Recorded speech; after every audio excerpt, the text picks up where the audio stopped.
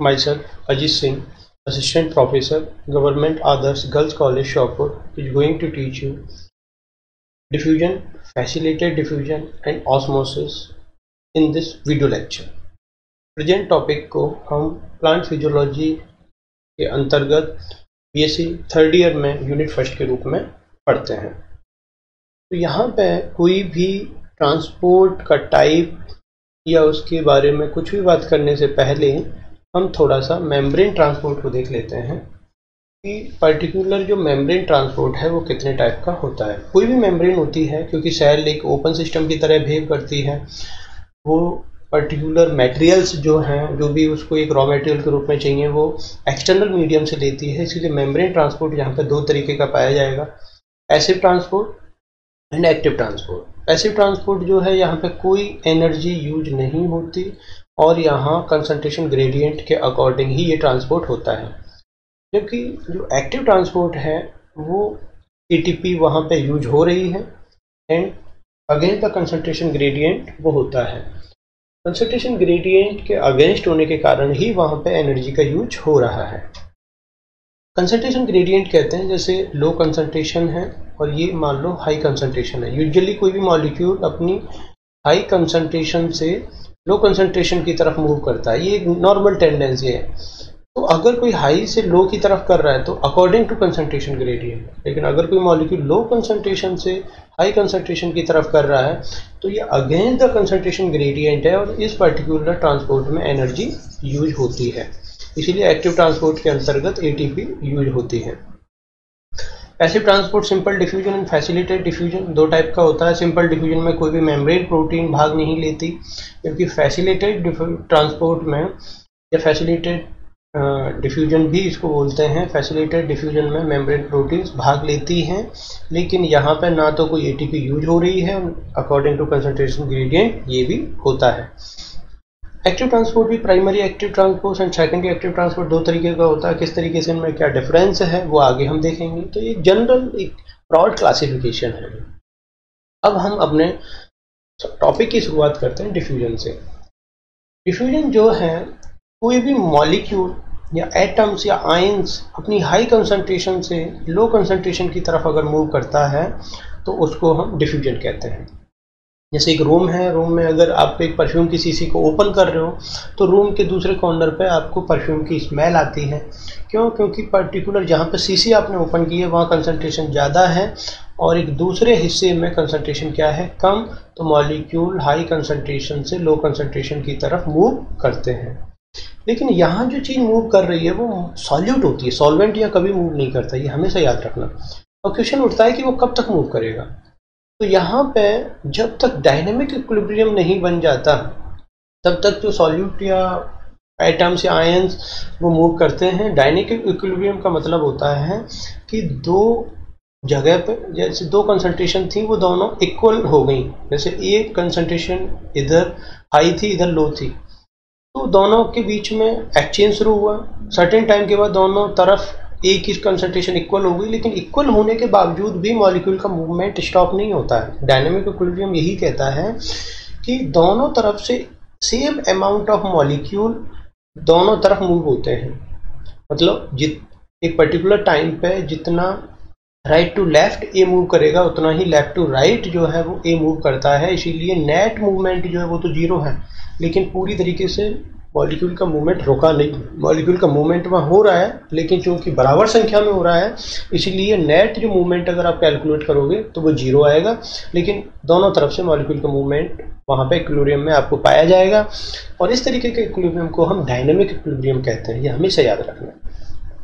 अब जो diffusion rate है वो मॉलिक्यूल की फिजिकल स्टेट पे भी डिपेंड करती है कि वो किस स्टेज में है। गैस के अंदर सबसे ज़्यादा डिफ्यूजन रेट पाई जाती है, उसके बाद लिक्विड एंड सबसे कम मिनिमम जो डिफ्यूजन रेट है वो पाई जाती है सॉलिड में। क्योंकि जिस मॉलिक्यूल के अंदर जितनी काइनेटिक एनर्जी होगी, क्योंकि यहाँ पे जो एनर्जी है वो मॉलिक्यूल की अपनी है, किसी और से नहीं ले रहा है वो, तो कोई भी काइनेटिक एनर्जी वाला मॉलिक्यूल जिसमें काइनेटिक एनर्जी होगी जितनी ज़्यादा होगी वो उतना ही ज़्यादा डिफ्यूजन करेगा।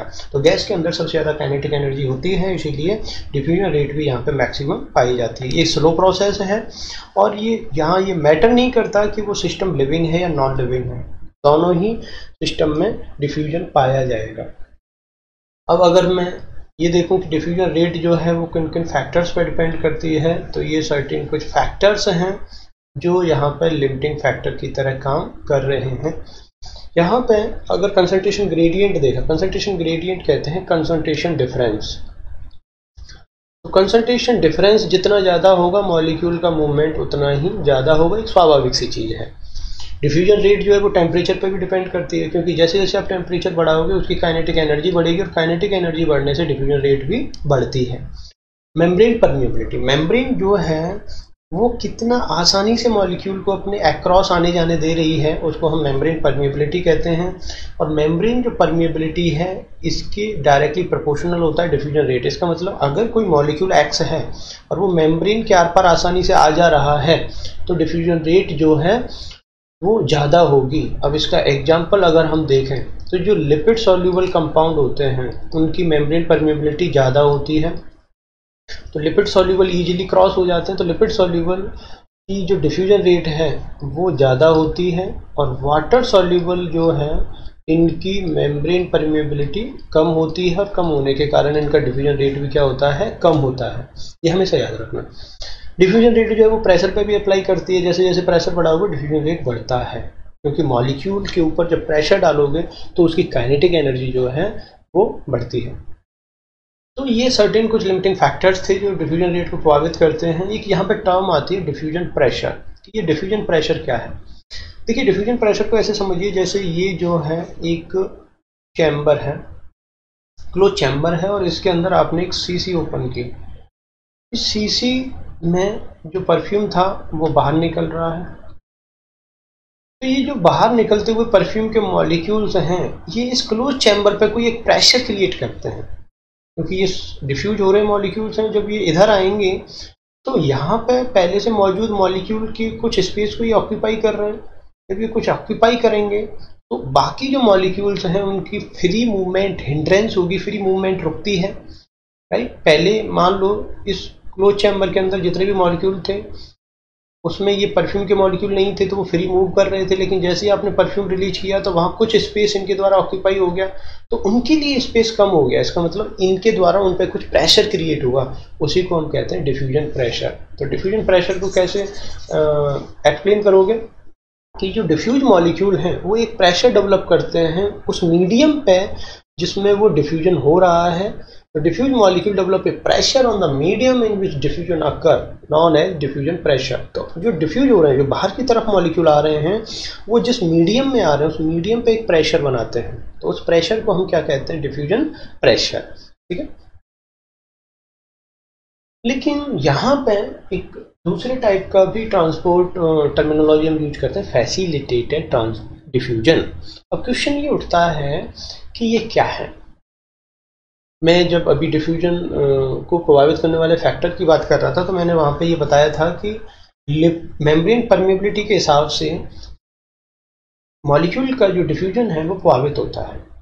कि जो लिपिड सॉल्यूबल है वो इजीली चले जाते हैं, लेकिन जो वाटर सॉल्यूबल है वो मॉलिक्यूल अगर थोड़ा सा साइज बड़ा है तो मेम्ब्रेन आसानी से आने जाने नहीं देती।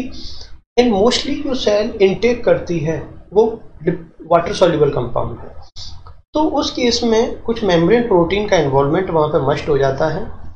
तो hydrophilic molecule diffusion rate is slow, मतलब जो वाटर में सॉल्युबल मॉलिक्यूल हैं उनकी डिफ्यूजन रेट थोड़ी सी स्लो होती है across the plasma membrane as compare to lipophilic. तो लाइपोफिलिक कहते हैं जो लिपिड सॉल्युबल है, राइट, और जो हाइड्रोफिलिक होते हैं वो वाटर सॉल्युबल है।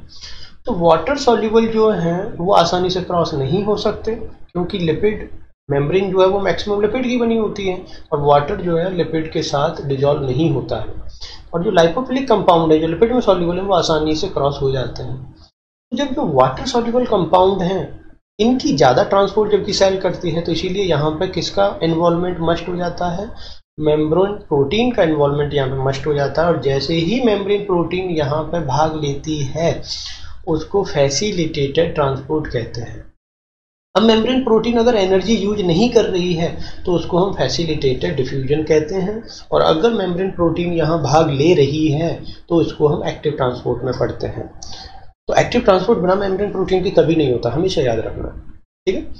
तो कभी भी अगर फैसिलिटेटेड ट्रांसपोर्ट हो रहा है, तो फैसिलिटेटेड मतलब कोई थर्ड मॉलिक्यूल आके वहाँ हेल्प कर रहा है, तो फैसिलिटेटेड ट्रांसपोर्ट जो है वहाँ पे 3 प्रॉपर्टीज आपको हमेशा मिलेंगी अगर कहीं मेम्ब्रेन प्रोटीन भाग ले रही है तो।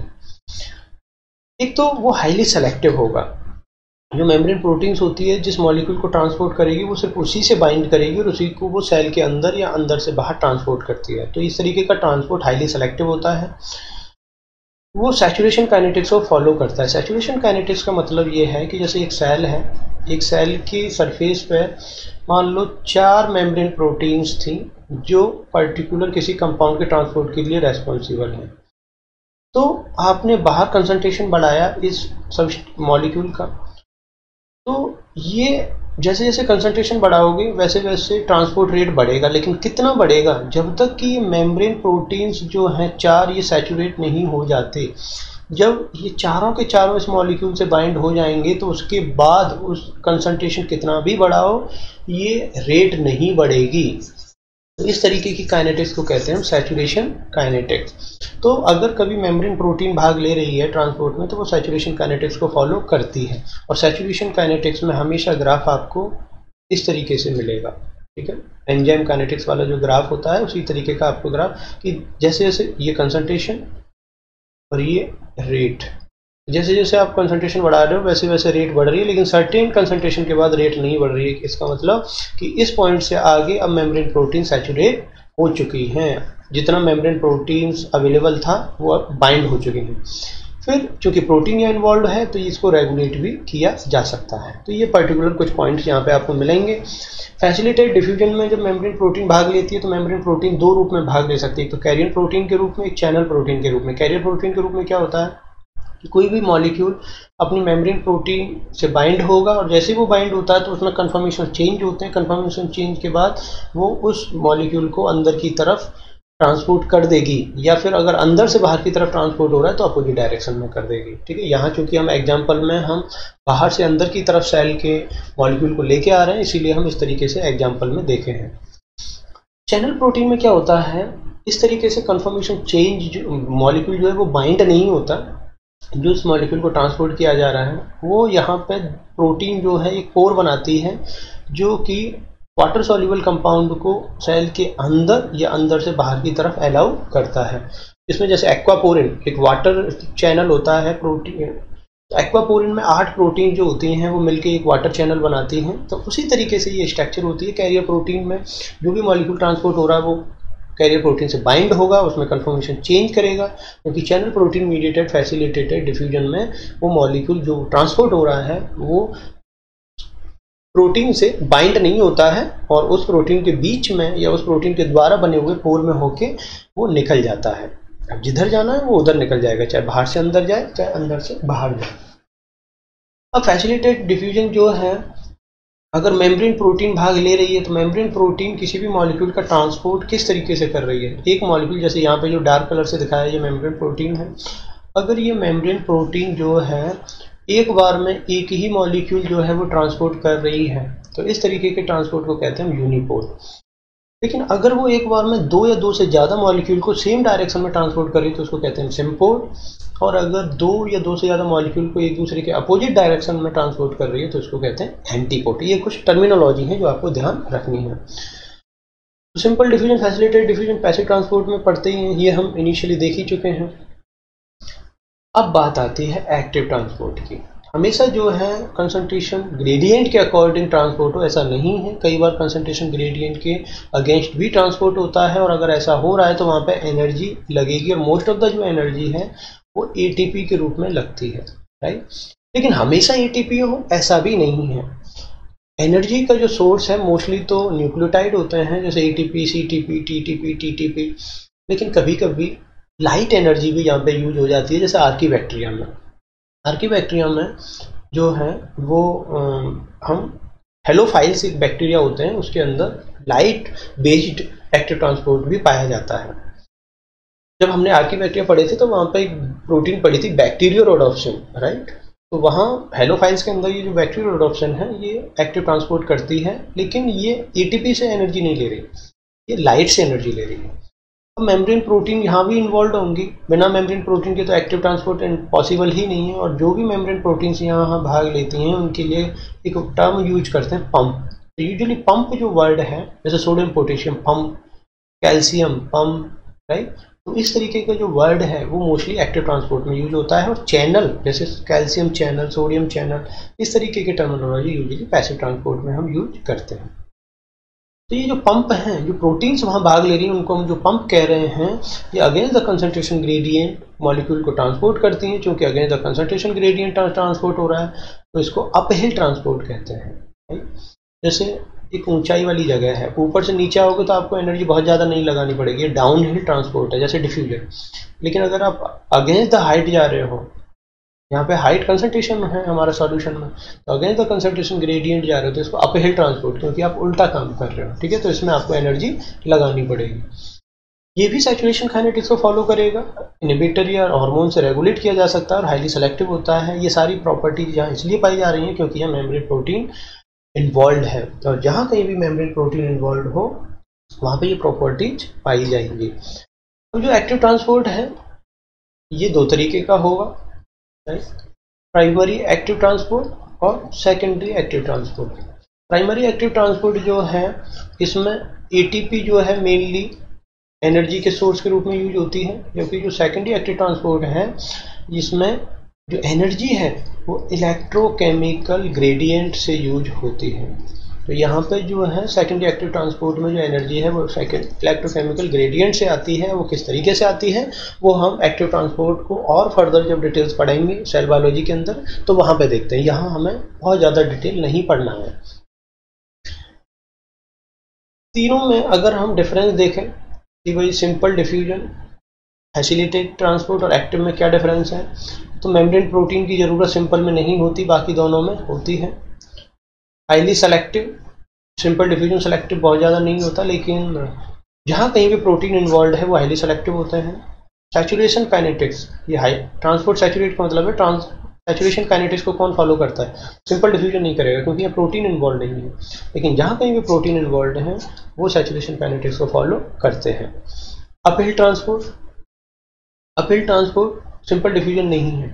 फैसिलिटेटेड ट्रांसपोर्ट भी कंसंट्रेशन ग्रेडियंट के अकॉर्डिंग काम करता है, इसीलिए ये भी जो है अपहिल नहीं है, डाउन हिल है। ये दोनों डाउन हिल ट्रांसपोर्ट में आते हैं, जबकि active transport against the concentration gradient काम कर रहा है, इसीलिए ये अपहिल ट्रांसपोर्ट है। सिंपल डिफ्यूजन में एनर्जी यूज नहीं होती, ना फैसिलिटेटेड ट्रांसपोर्ट में होती है, जबकि एक्टिव ट्रांसपोर्ट में यूज होती है। हार्मोनल कंट्रोल अगर हम देखें, जहाँ कहीं भी प्रोटीन है वहाँ कंट्रोल है। सिंपल डिफ्यूजन में तो प्रोटीन नहीं है इसलिए यहाँ कंट्रोल नहीं है, बाकी फैसिलिटेटेड और एक्टिव में कंट्रोल है। इनहिबिटर जो है वो यहाँ पे सिंपल में काम नहीं करेंगे क्योंकि यहाँ किसी प्रोटीन का इन्वॉल्वमेंट नहीं है, लेकिन facilitated transport and active transport में इनहिबिटर्स जो है वो काम करेंगे। तो इस तरीके से ये कुछ डिफरेंस हैं। इसके अलावा यहाँ पे कुछ टर्मिनोलॉजी और आती है, जैसे मेम्ब्रेन परमिएबिलिटी। मेम्ब्रेन अपने अक्रॉस कितने चीज़ों को कितनी इजीली अलाउ कर रही है उसको हम मेम्ब्रेन परमिएबिलिटी कहते हैं। इसके बेस पे मेम्ब्रेन को क्लासिफाई किया गया है, जैसे परमिएबल मेम्ब्रेन जो सॉल्यूट एंड सॉल्वेंट दोनों को अलाउ करते हैं, जैसे सेल वॉल। सेल वॉल किसी को रोकता नहीं है, वो सिर्फ रिजिड स्ट्रक्चर है और उसमें थोड़े पोर होते हैं तो आसानी से वो आने जाने देता है। सेमी परमिएबल जो सिर्फ सॉल्वेंट को अलाउ करे, सॉल्यूट को अलाउ ना करे, जैसे सेलोफेन, कॉपर फेरोसाइनाइड, ये जो मेम्ब्रेन है ये सेमी परमिएबल मेम्ब्रेन्स में आती हैं। सेलेक्टिव परमिएबल जो सॉल्वेंट के साथ कुछ सॉल्यूट को भी अलाउ करे लेकिन सारे सॉल्यूट को नहीं, तो allow some solute but not all. तो इसमें हमारी जो बायोलॉजिकल सिस्टम की मेम्ब्रेन है वो सब सेलेक्टिव परमिएबल में आ जाती हैं, जैसे टोनोप्लास्ट है या ऑर्गेनेल्स की जो मेम्ब्रेन है वो सब सेलेक्टिव परमिएबल में आती हैं, आपको ये ध्यान रखना है। इम्परमिएबल जो सॉल्यूट और सॉल्वेंट दोनों को ही अलाउ ना करे, अगर किसी सेल के अंदर सुबेरिल का डिपोजिशन हो जाता है तो सुबेराइज सेल वॉल, जैसे एंडोडर्मिस में हम ये पढ़ेंगे, प्लांट टिश्यू जब पढ़ेंगे तो वहाँ एंडोडर्मिस में इस तरह की चीज़ें हम पढ़ते हैं। तो ये परमिएबिलिटी थोड़ा सा आपको ध्यान रखना है। सॉल्यूशन, सॉल्यूट और सॉल्वेंट के मिलने से जो चीज़ फाइनली बन रही है उसको कहते हैं सॉल्यूशन। अब ये सॉल्यूशन जो है 3 तरीके से हमने क्लासिफाई किए हैं, आइसोटोनिक, हाइपरटोनिक एंड हाइपोटोनिक। किसी सॉल्यूशन की कंसंट्रेशन जब सेल सैप की कंसंट्रेशन के इक्वल है तो उसको आइसोटोनिक सॉल्यूशन कहते हैं। यहाँ पे ये देखिए सेल सैप क्या होता है। जैसे प्लांट सेल होती है, प्लांट सेल के अंदर वैक्यूल्स पाई जाती है और वैक्यूल्स के अंदर जो भी रस भरा हुआ है उसको हम सेल सैप कहते हैं। तो जब भी कभी हम कंसंट्रेशन सेल की स्टडी करते हैं तो उसमें वैक्यूल्स की कंसंट्रेशन जो होती है उसके अंदर जो सॉल्यूशन भरा हुआ है जिसको हम सेल सैप कहते हैं, इसके रेस्पेक्ट में चीज़ें डिसाइड होती हैं। लेकिन एनिमल सेल में तो प्लांट वैक्यूल्स नहीं है, तो वहाँ पर साइटोप्लाज्म की कंसंट्रेशन के रेस्पेक्ट में चीज़ें डिसाइड होती हैं। तो अगर सॉल्यूशन की कंसंट्रेशन सेल सैप की कंसंट्रेशन, क्योंकि यहाँ पे हम प्लांट पढ़ रहे हैं तो इसीलिए यहाँ हम सेल सैप की बात कर रहे हैं, तो आपको ये कंफ्यूज नहीं होना है। सेल सैप साइटोप्लाज्म किसी की भी कंसंट्रेशन के रेस्पेक्ट में बात करिए, लेकिन अगर वो कंसंट्रेशन सॉल्यूशन बाहर जिसके, जैसे एक सेल है, एक सेल को एक सॉल्यूशन में रखा, तो सॉल्यूशन की कंसंट्रेशन और सेल सैप की कंसंट्रेशन अगर इक्वल है तो वो सॉल्यूशन आइसोटोनिक कहलाएगा। इस कंडीशन में वाटर ना तो अंदर से बाहर आएंगे ना बाहर से अंदर आएंगे। हाइपरटोनिक सॉल्यूशन, अगर बाहर सॉल्यूशन की कंसंट्रेशन ज़्यादा है as compare to cell sap, तो इस तरह की सिचुएशन को हम बोलते हैं हाइपरटोनिक सॉल्यूशन। अब बाहर कंसंट्रेशन जो है वो ज़्यादा है, अंदर सेल सैप के अंदर कम है, तो सॉल्वेंट की कंसंट्रेशन सॉल्यूशन की कंसंट्रेशन से उल्टा चलती है। यहाँ हाइपरटोनिक में बोल रहा हूँ कि सॉल्यूशन की कंसंट्रेशन बाहर ज़्यादा है, तो इसका मतलब सॉल्वेंट यहाँ लो है, राइट, लो सॉल्वेंट है। और मैं बोल रहा हूँ सेल सैप की कंसंट्रेशन कम है, इसका मतलब यहाँ हाई सॉल्वेंट है, ठीक है। तो वाटर जो है अपनी हाई से कंसंट्रेशन से लो की तरफ मूव करेगा, तो अंदर से जब बाहर आएगा तो उसको क्या कहेंगे, एक्सो ऑस्मोसिस। इस तरीके से ये चीज़ें यहाँ पे होती हैं। लेकिन दूसरा सॉल्यूशन है वो है हाइपोटोनिक। हाइपोटोनिक में क्या होता है कि जो सॉल्यूशन की कंसंट्रेशन है वो कम है as compare to cell sap concentration के। सेल सैप मतलब यहाँ पे कंसंट्रेशन ज़्यादा है तो यहाँ पे सॉल्वेंट क्या हो गया, लो हो गया, और यहाँ का सॉल्यूशन की कंसंट्रेशन कम है तो यहाँ पे सॉल्वेंट क्या हो गया, हाई हो गया। तो मैंने बोला था कि वाटर अपनी हाई कंसंट्रेशन से लो की तरफ मूव करेंगे, इसका मतलब यहाँ सेल के अंदर जाएंगे, और जब वाटर मॉलिक्यूल अंदर जाते हैं तो उसको हम कहते हैं एंडो ऑस्मोसिस। इसका मतलब हाइपोटोनिक सॉल्यूशन में अगर सेल को रखा जाए तो वहाँ एंडो ऑस्मोसिस होती है, राइट। तो इस तरीके से किस टाइप के सॉल्यूशन में किस टाइप की चीज़ें होंगी आपको ये ध्यान रखना है। अब बात आती है ऑस्मोसिस। सॉल्यूट एंड सॉल्वेंट जब मिक्स होते हैं तो सॉल्यूशन बनता है। इसमें सॉल्यूट अगर मूव कर रहा है तो वो हम डिफ्यूजन में पढ़ चुके हैं, लेकिन अगर सॉल्वेंट मूव करे और सेमी परमेबल मेम्ब्रेन के थ्रू करे तो उसको हम डिफ्यूजन नहीं कहते। उस पर्टिकुलर टाइप के मूवमेंट को, सॉल्वेंट के मूवमेंट को हम ऑस्मोसिस कहते हैं। अब ऑस्मोसिस को अगर हम स्टडी करें तो ऑस्मोसिस में होता क्या है, दो सॉल्यूशन है, जैसे एक हाइपोटोनिक और एक हाइपरटोनिक। ये चीज़ हम डिस्कस कर चुके हैं कि हाइपोटोनिक और हाइपरटोनिक क्या होते हैं। अब अगर सॉल्यूशन की कंसंट्रेशन कम है तो लो सॉल्यूशन कंसंट्रेशन, हाइपोटोनिक उसी को कहते हैं जो सॉल्यूशन की कंसंट्रेशन कम हो। तो जब सॉल्यूशन की कंसंट्रेशन कम होगी तो वहाँ पे सॉल्वेंट की कंसंट्रेशन क्या होगी, ज़्यादा होगी, मोर या हाई,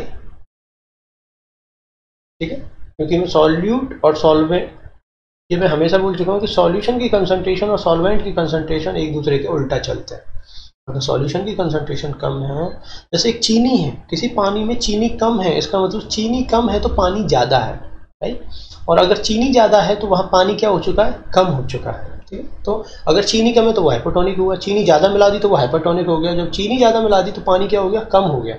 तो चीनी या सॉल्यूट है, पानी या सॉल्वेंट है, तो सॉल्यूट या सॉल्यूशन की कंसंट्रेशन और सॉल्वेंट की कंसंट्रेशन एक दूसरे के उल्टा चलते हैं। तो जो हाइपोटोनिक सॉल्यूशन है और हाइपरटोनिक सॉल्यूशन, इन दोनों के बीच में एक सेमी परमेबल मेम्ब्रेन है। तो वाटर मॉलिक्यूल, अब हाइपोटोनिक में क्या होता है, लो सॉल्यूशन कंसंट्रेशन है, और जब सॉल्यूशन कंसंट्रेशन लो है तो वहाँ पे सॉल्वेंट की कंसंट्रेशन क्या होगी, हाई होगी। हाइपोटोनिक किसको कहते हैं, जब सॉल्यूशन की कंसंट्रेशन क्या हो, हाई। तो जब सॉल्यूशन की कंसंट्रेशन हाई होगी तो सॉल्वेंट की कंसंट्रेशन क्या होगी, लो। इस तरीके से चीज़ें होती हैं। अब देखिए मैंने बोला था कि सॉल्वेंट जो है, वाटर मॉलिक्यूल जो है वो अपनी हाई कंसंट्रेशन से लो की तरफ ही ऑलवेज मूव करते हैं। तो यहाँ पे वाटर की हाई कंसंट्रेशन कितना है, हाइपोटोनिक की तरफ। कम किधर है वाटर की कंसंट्रेशन, हाइपरटोनिक में, तो वाटर किधर से किधर मूव करेगा, वाटर जो है हमारा मूव करेगा हाइपोटोनिक टू हाइपरटोनिक, ये हमेशा याद रखना। और जब भी वाटर जो है हाइपोटोनिक टू हाइपरटोनिक मूव करता है, इस तरीके के मूवमेंट को हम ऑस्मोसिस कहते हैं, क्योंकि ये मूवमेंट सेमी परमेबल मेम्ब्रेन के अक्रॉस हो रहा है और सॉल्वेंट मॉलिक्यूल मूव कर रहा है।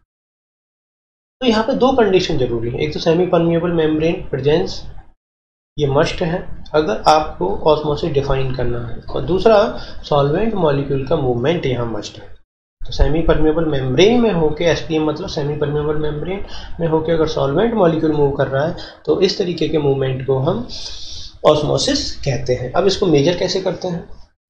एक इंस्ट्रूमेंट होता है ऑस्मोमीटर, उसके द्वारा ऑस्मोटिक प्रेशर को मेजर किया जाता है। ऑस्मोटिक प्रेशर ओपी के रूप में हम इसको रिप्रेजेंट करते हैं, और ये सॉल्यूट कंसंट्रेशन की डायरेक्टली प्रोपोर्शनल है। अगर जैसे जैसे सॉल्यूट बढ़ाओगे वैसे वैसे ऑस्मोटिक प्रेशर क्या होता है? बढ़ता है।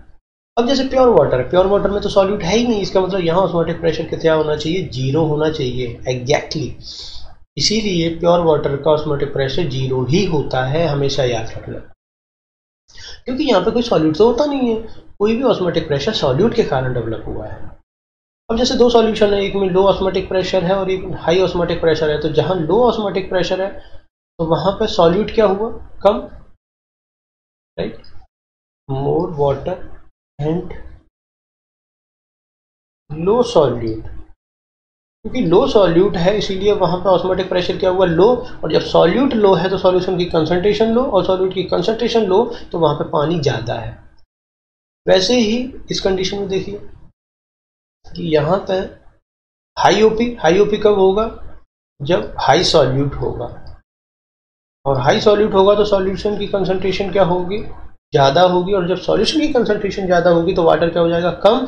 इसीलिए वाटर अपने ज़्यादा पानी से कम पानी की तरफ मूव करता है। तो यहाँ पे वाटर जो मूव होगा फाइनली वो लो ऑस्मोटिक प्रेशर से हाई ऑस्मोटिक प्रेशर की तरफ मूव करेगा, और किस में होके करेगा? Semi permeable membrane. तो ये जो एसपीएम लिखा हुआ है इसका मतलब होता है सेमी परमेबल मेम्ब्रेन। तो यहाँ पे एक चीज हमें क्लियर हुई कि water always move from low osmotic pressure to high osmotic pressure. ऐसा क्यों है वो हम यहाँ एक्सप्लेन कर चुके हैं। अब यहाँ पे जो हमारे सॉल्यूट होते हैं वो दो नेचर के हो सकते हैं। पहली चीज तो ये कि ऑस्मोटिक प्रेशर के लिए एक इक्वेशन है, वॉन्टॉफ इक्वेशन। एक वैज्ञानिक थे वॉन्टॉफ, जिन्होंने इस इक्वेशन को दिया था, और ऑस्मोटिक प्रेशर का कैलकुलेशन हम इस इक्वेशन का यूज करके कर सकते हैं। वॉन्टॉफ इक्वेशन में वो हमारा जो सॉल्यूट है वो किस नेचर का है, इसके हिसाब से वॉन्टॉफ इक्वेशन के दो फॉर्म आपको ध्यान रखने हैं। जैसे पहला, अगर कोई सॉल्यूट जो है नॉन इलेक्ट्रोलाइट है, जैसे ग्लूकोज है, ग्लूकोज को आप पानी में डालोगे तो वो ग्लूकोज के रूप में ही रहेगा, वो टूटेगा नहीं। अगर इस तरीके की कंडीशन है तो वहाँ पे फॉर्मूला जो वॉन्टॉफ का आता है वो आता है OP इक्वल टू MRT। यहाँ पे OP क्या है? ऑस्मोटिक प्रेशर, M क्या है? मोलैरिटी, मोलर कंसंट्रेशन, R क्या है? Gas constant.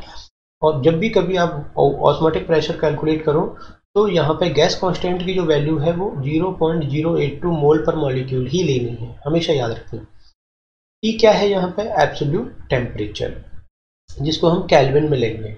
अगर आपको डिग्री सेंटीग्रेड में भी दिया हुआ है तो उस टेम्परेचर को के साथ 273 आप ऐड कर दीजिए तो वो टेम्परेचर केल्विन में आपको मिल जाएगा। तो यहाँ पे एब्सोल्यूट जो टेम्परेचर है वो लिया जाएगा। उसके बाद T जो है ये भी हमने डिस्कस कर लिया। तो यहाँ अगर कोई मॉलिक्यूल नॉन इलेक्ट्रोलाइट नेचर का है जैसे ग्लूकोज, तो वहाँ पे ये फॉर्मूला लगेगा OP इक्वल टू MRT, ये हमेशा याद रखना है। लेकिन अगर कोई सॉल्यूट इलेक्ट्रोलाइट नेचर का है, इलेक्ट्रोलाइट नेचर कहते हैं जैसे NaCl, NaCl को आप जब पानी में डिजोल्व करते हो तो वो दो चीज़ों में टूट जाता है। NaCl को पानी में डिजोल्व करोगे तो वो Na प्लस और Cl माइनस में टूट जाता है, जबकि जो ग्लूकोज था वो इस तरीके से नहीं टूट रहा था। तो इलेक्ट्रोलाइट सॉल्यूट अगर है वो टूट रहा है तो वहाँ पे ये जो फॉर्मूला है ये थोड़ा मॉडिफाई हो जाता है वॉन्टॉफ इक्वेशन, और ये बन जाता है OP इक्वल टू IMRT। तो MRT ये तो हम डिस्कस कर चुके हैं, नॉन इलेक्ट्रोलाइट में भी आ रहे थे, लेकिन जो I है वो एक नई चीज़ है यहाँ पे। I को कहते हैं ionization constant of electrolyte, right? Ionization constant of electrolyte का मतलब होता है जैसे NaCl है, NaCl पानी में डिजोल्व होने पे कितने आयंस में टूटेगा? Na plus and Cl minus में, तो दो आयंस में टूट रहा है। तो कोई भी इलेक्ट्रोलाइट कितने आयंस में टूट रहा है डिजोल्व होने के बाद, तो उस आयंस की टोटल संख्या जो है वो कहलाती है आई। जैसे NaCl जो है वो Na प्लस NCl माइनस में टूट रहा है, तो NaCl के लिए आई की वैल्यू यहाँ पे 2 होती है। तो इस तरीके से किसी भी इलेक्ट्रोलाइट के लिए आप इसको कैलकुलेट कर सकते हो। अब वांट ऑफ इक्वेशन जो है इसमें कभी कभी वो आपको न्यूमेरिकल क्वेश्चन भी दे देता है। जैसे यहाँ पे एक बड़ी कॉमन चीज है, जैसे दो सॉल्यूशन है, जैसे यहाँ पे दो सॉल्यूशन है, 1 मोलर NaCl और 1 मोलर ग्लूकोज। यहाँ पे दोनों की कंसंट्रेशन इक्वल है, सेम टेम्परेचर पे है, लेकिन फिर भी अगर आप वांट ऑफ इक्वेशन से कैलकुलेट करो तो यहाँ पे जो ऑस्मोटिक प्रेशर आएगा वो NaCl के केस में ज़्यादा आएगा और ग्लूकोज के केस में कंपैरेटिवली लो आएगा। तो इसीलिए ये हमेशा बोला जाता है कि जो इलेक्ट्रोलाइट सॉल्यूशंस होते हैं उनका ऑस्मोटिक प्रेशर सेम कंसंट्रेशन की नॉन इलेक्ट्रोलाइट सॉल्यूशन की तुलना में ज़्यादा होता है। ऐसा क्यों होता है? क्योंकि यहाँ पे NaCl के लिए जब आप फॉर्मूला अप्लाई करोगे तो यहाँ पे फॉर्मूला आप लगाओगे IMRT और यहाँ पे फॉर्मूला लगाओगे ग्लूकोज के केस में MRT। तो MRT तो यहाँ भी कॉमन है, लेकिन यहाँ पे I की वैल्यू से और मल्टीप्लाई हो रहा है और I की वैल्यू यहाँ NaCl के केस में क्या हो जाती है 2, तो MRT का जो भी वैल्यू आएगा वो डबल हो रहा है यहाँ पे। इसका मतलब इलेक्ट्रोलाइट के केस में नॉन इलेक्ट्रोलाइट की तुलना में प्रेशर ज़्यादा होगा अगर दोनों सॉल्यूशन की कंसंट्रेशन कम है। तो इस तरीके से ये कुछ चीज़ें हैं जो कई बार पूछ ली जाती हैं। तो वांट ऑफ इक्वेशन के बेस पे कई बार वो आपके सामने क्वेश्चन पुट कर देता है, आपको इस तरीके से उन चीज़ों को एड्रेस करना है। ऑस्मोटिक जो प्रेशर है इसमें अगर हम ये देखें कि किस प्लांट के अंतर्गत कितना ज़्यादा पाया जाता है, तो जो सॉल्ट कंसंट्रेशन में प्लांट पाए जाते हैं उसको हम वहाँ पे ऑस्मोटिक प्रेशर ज़्यादा पाया जाएगा, राइट। उसके अलावा यहाँ पे एक और टर्म आती है ऑस्मोटिक प्रेशर, ठीक है। तो जैसे देखिए जब हम ऑस्मोसिस डिफाइन कर रहे थे तो ऑस्मोसिस में हम ये देख रहे थे कि वाटर मॉलिक्यूल जो है हाइपोटोनिक से हाइपरटोनिक की तरफ मूव हो रहा है across the semi permeable membrane. लेकिन अब मैं यहाँ पे अगर ये चाहूँ कि ये वाटर मूव ना हो तो इसके अपोजिट मुझे फोर्स लगाना पड़ेगा। ये किधर की तरफ आ रहा है? हाइपरटोनिक की तरफ। तो अगर मैं हाइपरटोनिक सॉल्यूशन पे कोई फोर्स अप्लाई करूं तो वो फोर्स इसके अपोजिट काम करेगा, और जो वाटर मॉलिक्यूल है अगर इसके सेम मैग्नीट्यूड का फोर्स लगा दूं तो इन वाटर मॉलिक्यूल के मूवमेंट को क्या कर देगा? स्टॉप कर देगा। तो हाइपरटोनिक सॉल्यूशन पर लगाया हुआ वो फोर्स, वो प्रेशर जो वाटर मॉलिक्यूल के मूवमेंट को सेमी परमेबल मेम्ब्रेन में होके स्टॉप कर दे, उसको मैं ऑस्मोटिक प्रेशर कहता हूँ। ऑस्मोटिक प्रेशर जो है वो हमेशा हाइपरटोनिक सॉल्यूशन पे ही लगाया जाता है, ये हमेशा याद रखना। तो ऑस्मोटिक प्रेशर को मैं OP से रिफ्लेक्ट करता हूँ। तो ऑस्मोटिक जो प्रेशर है उसको हम ऑस्मोसिस में पढ़ते हैं और वो हमेशा हाइपरटोनिक सॉल्यूशन पे लगाया जाता है। किस तरीके से उसको डिफाइन करते हैं ये भी हमने देखा, ठीक है। अब ऑस्मोसिस अगर सेल से बाहर हो रहा है तो एक्सो ऑस्मोसिस, और अगर सेल के अंदर हो रहा है तो एंडो ऑस्मोसिस। वो डिपेंड करता है कि सेल को आपने हाइपोटोनिक में रखा है या हाइपरटोनिक में रखा है। तो इस तरीके से कुछ चीज़ें थी जो हमने ऑस्मोसिस, डिफ्यूजन, फैसिलिटेट, ट्रांसपोर्ट, इनसे जुड़ी हुई चीज़ों को यहाँ पे डिस्कस किया। उम्मीद करता हूँ कि ये सारी चीज़ें, इनके कंसेप्टिव पार्ट आपको समझ में आए होंगे।